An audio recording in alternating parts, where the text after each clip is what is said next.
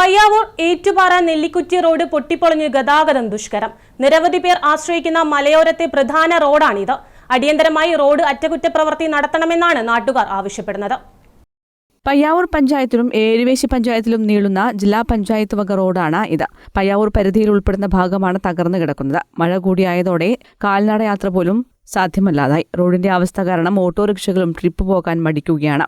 ഈ നെല്ലിക്കുറ്റിയിട്ട റോഡിൻ്റെ സ്ഥിതി വളരെ മോശമാണ്. അത് ജില്ലാ പഞ്ചായത്തിൻ്റെ റോഡാണ്. അത് കാരണം പഞ്ചായത്തൊന്നും ചെയ്യുന്നില്ല. ഇവിടെ കുറേ ആൾക്കാർ ഇങ്ങനെ വീഴുന്നുണ്ട്. ഇതുവരെ ഒന്നും ചെയ്യുന്നില്ല. തന്നെ ഭയങ്കര കുഴിയാണ് ഇവിടെ എല്ലാം. ഈ റോഡിൻ്റെ ഭാഗം മുഴുവൻ കംപ്ലീറ്റ് കുഴികളാണ്. വെള്ളം കെട്ടിയും ഇവിടെ ഒരു അങ്കമാടി ടീച്ചർ വീണതാണ് ഇവിടെ ഈ കുഴിക്കത്ത്. അങ്ങനെ വലിയ പ്രശ്നങ്ങളാണ് നടക്കുന്നത്. തന്നെ കേന്ദ്ര സർക്കാരിൻ്റെ ഈ വെള്ളപ്പത്തി വന്ന കാരണം അവർ വലിയ പൈപ്പ് കൊണ്ട് എത്തില്ല. അപ്പോൾ കാലം മൂടിങ്ങൾ പോയി. കാരണം ഒന്നും ചെയ്യത്തില്ല അവസ്ഥയുള്ള.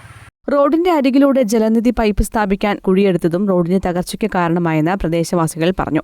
അടിയന്തരമായി റോഡ് അറ്റകുറ്റപ്രവൃത്തി നടത്തി ഗതാഗതയോഗ്യമാക്കണമെന്ന് നാട്ടുകാർ ആവശ്യപ്പെട്ടു. News bureau, Irikkur.